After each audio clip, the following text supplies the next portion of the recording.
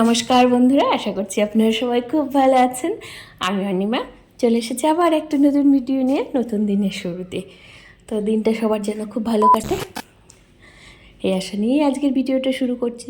তো সকালবেলায় চলে এসেছিলাম এই যে জলখাবার বানাতে। একটু রুটি বানিয়ে নিচ্ছি, আমি খাবো আর ওর পাপা খাবে আর কি। ওরা তো খাবে না। আর সকালবেলা এই যে সূর্য ওঠার দেখতে না এত সুন্দর লাগে পরিবেশটা। আর এখানে অনেক কি বলবো পাখি আসে, পাখিগুলো না ধানগুলো খুঁটে খুঁটে খায়। সকালটা যেন একদম পরিপূর্ণ, শীতের সকাল, কুয়াশা, পাখিগুলো সব ঘুম থেকে উঠে পড়েছে। তারপরে আমি আমার কাজে লেগে পড়লাম। আমার হঠাৎ করে দেখি কালো জিরের মধ্যে অনেক নোংরা, একটা কি অন্যরকম দানা টাইপের কিছু কালো কালো। আমার মা বলছে কি ওগুলো দানা না, ওগুলো মাটি রং করে তারপর মিশিয়ে বিক্রি করে। মা বলছে ভিজিয়ে রাখ, দেখবি কি হয়। ও মা, ভেজানোর সাথে থাকতে এই যে মাটিগুলো দেখুন কি অবস্থা হয়েছে। আমরা কোন পর্যায়ে পৌঁছে গেছি। যতটা উন্নত হয়েছি ঠিক ততটাই মানসিক অবনতি হয়েছে আমাদের। একজন মানুষের খাবারে কি করে এরকম মাটি কিনে কিনে মেশাতে পারে। মাটি নাকি এগুলো বানায় আলাদা করে, এঁটেল মাটি, সেগুলোকে চেলে আবার কালার করে তারপরে মেশায়। এটা মেশানোর জন্যই বানানো হয়।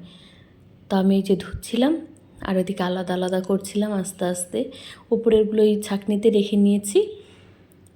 আর বরকেও দেখাতে এসেছে, আমি বলছি দেখো এগুলো কী এনেছো। ও বলছে তাহলে দোকানদারকে বলতে হবে। দোকানদার কী করে জানবে বলুন, এগুলো তো ব্যবসায়ী যারা ব্যবসা করে তারা তাদের ওজন বাড়ানোর জন্য, যে কোনো জিনিসের ওজন বাড়ানোর জন্য এই মাটিগুলো মেশায়। মাটির তো অনেক ওজন। কী অবস্থা, আমার দেখে অবাক হয়ে গেছি যে এমন কাদা। আর এঁটেল মাটি তো, বালি মাটি যদি হয় তাহলে জিনিসটা খাওয়ার সময় মুখে পড়বে, আর এঁটেল মাটি তো কোনো দিন মুখে পড়ে না। তো আমার মতো যারা যারা কালো জিরে খাবেন প্লিজ দোকান থেকে এনে এরকম ধুয়ে নেবেন কিছুক্ষণ, তারপরে খাবেন। তো এই করছিলাম। আর এদিকে আমার মা দুপুরবেলা রান্নাটা বসিয়ে দিয়েছে। উনুনটা কালকেই বানিয়েছে, কালকে বানিয়ে আজকেই রান্না শুরু করে দিল। কালকে পেতেছিল, তারপর তো দিয়া এই উনুনের উপরে ধপাস করে পড়ে গেছে। পড়ে যাওয়ার পরে উনুনটা আবার বেঁকে চেকে ভেঙে গেছিলো, মা আবার সেটাকে ঠিক করেছে। আর আমরা একটু ঘুরতে যাব, তাই জন্য আমি কটা ড্রেস কিনবো। অনেক দিন চুড়িদার কিনি না, তা বরকে বলছিলাম চলো একটা নিয়ে আসি।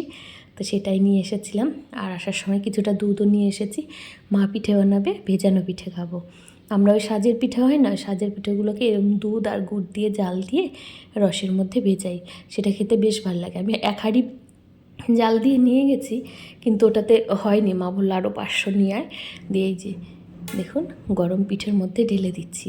এই রসটা কিন্তু এতটা দেখা গেলেও সকালবেলা রসটা অনেকটাই শুষে নেবে, আর পিঠেগুলো অনেক বড় বড় হয়ে যাবে। আমার মা না এসব পিঠে পায়েস খুব ভালো রান্না করতে পারে, আমরা তো কোনো কিছুই পারি না। আমি আমি তাই আমার বরকে বলি যে মা তো আমাদেরকে বানিয়ে বানিয়ে খাইয়ে যায়, আমার যখন মেয়েরা হবে, তারা যখন বড় হবে, আমি তাদেরকে কী করে খাওয়াবো। আমি তো পারিই না। অবশ্য মা যদি গুলিয়ে দেয়, এগুলো ব্যাটারটা বানিয়ে দেয়, ব্যাটারটা বানানোই সব থেকে কষ্টের, তারপরে কিন্তু আমি বানাতে পারি। তো মা উঠে গেছিলো, তারপর আমি বসেছিলাম, বানাতে হয়েছিল। আগের দিন পাটিসাপটাও যেমন মা প্রথমে গুলে দিয়েছিল, ব্যাটারটা বানিয়ে দিয়েছিল, তারপর বানাচ্ছিলাম, বেশ ভালোই হচ্ছিল। আসলে ওটা বানানোই ব্যাটারটা পরিমাণটা বোঝাটাই হচ্ছে কষ্টের, আমার মনে হয় যেটা।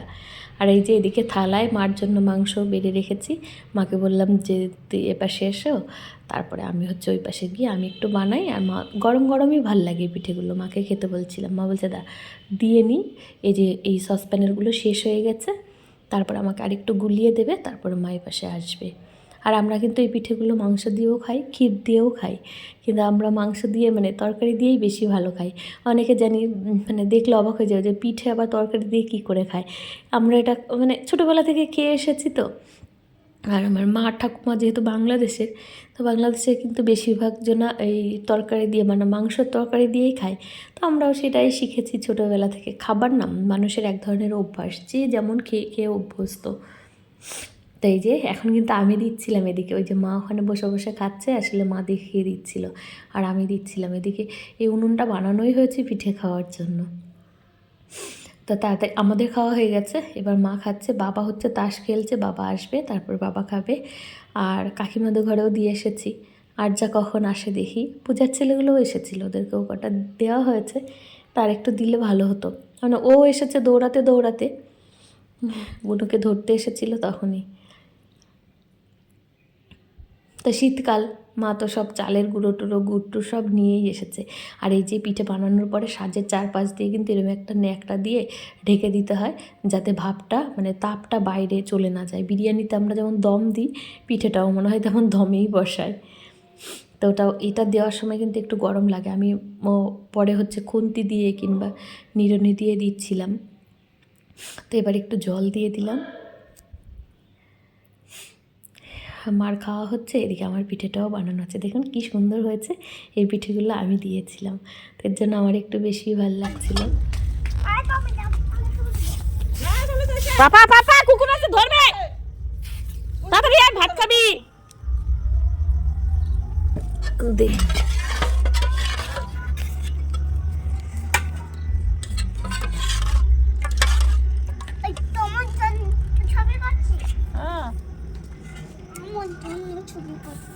তোর জন্য ছবি করছি।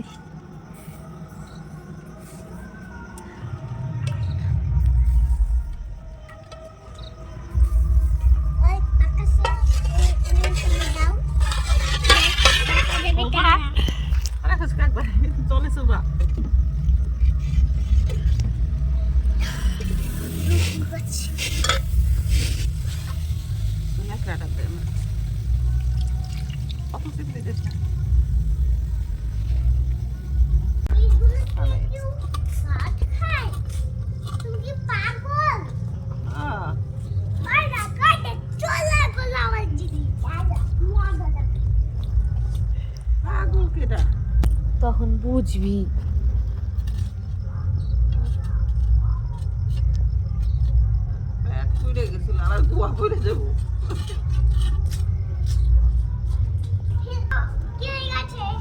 চলো চলো, এবার অনেক পিঠে হয়ে গেছে, এবার চলো আমরা যাই। হ্যাঁ সবসময় একটু বেশি বেশি, তুই চল এবার করো।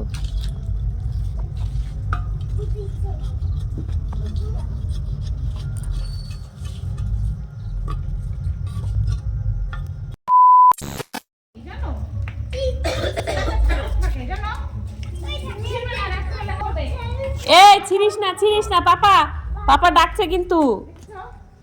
আচ্ছা তুমি হচ্ছে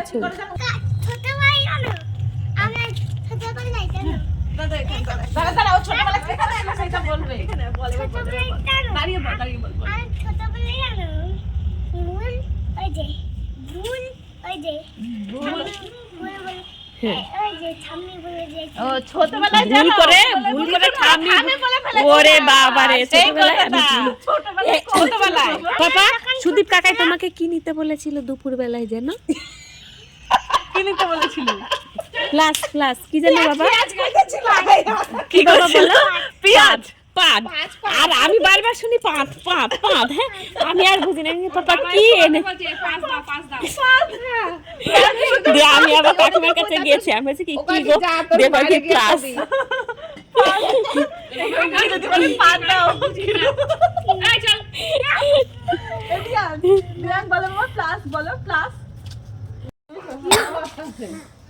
পাপা অমনি করেন না পাপা। দিয়ান আগুন ভাই পাপা, আবার আরেকবার কোহাও। বাবা কি সুন্দর আগুন। আস্তে আস্তে আস্তে আস্তে। এই দিয়ান ওঠে না ওঠে না ওঠে না, ওমা দেখবা দিয়ান যেন না ওঠে ওর উপরে। তো আজকের ভিডিওটা এখানেই শেষ করছি। আমাদের পিঠে বানানো খাওয়া দাওয়া সব হয়ে গেছে, এবার দিয়ানকে ভাত খাইয়ে আমরা শুয়ে পড়বো। সবাই ভালো থাকবেন, সুস্থ থাকবেন, দেখা হবে পরের একটা নতুন ভিডিওতে খুব তাড়াতাড়ি। আর কালকে আমরা মায়াপুর যাচ্ছি, সেই ভিডিওটা আসবে। তো ততক্ষণ অবধি সবাই খুব ভালো থাকবেন।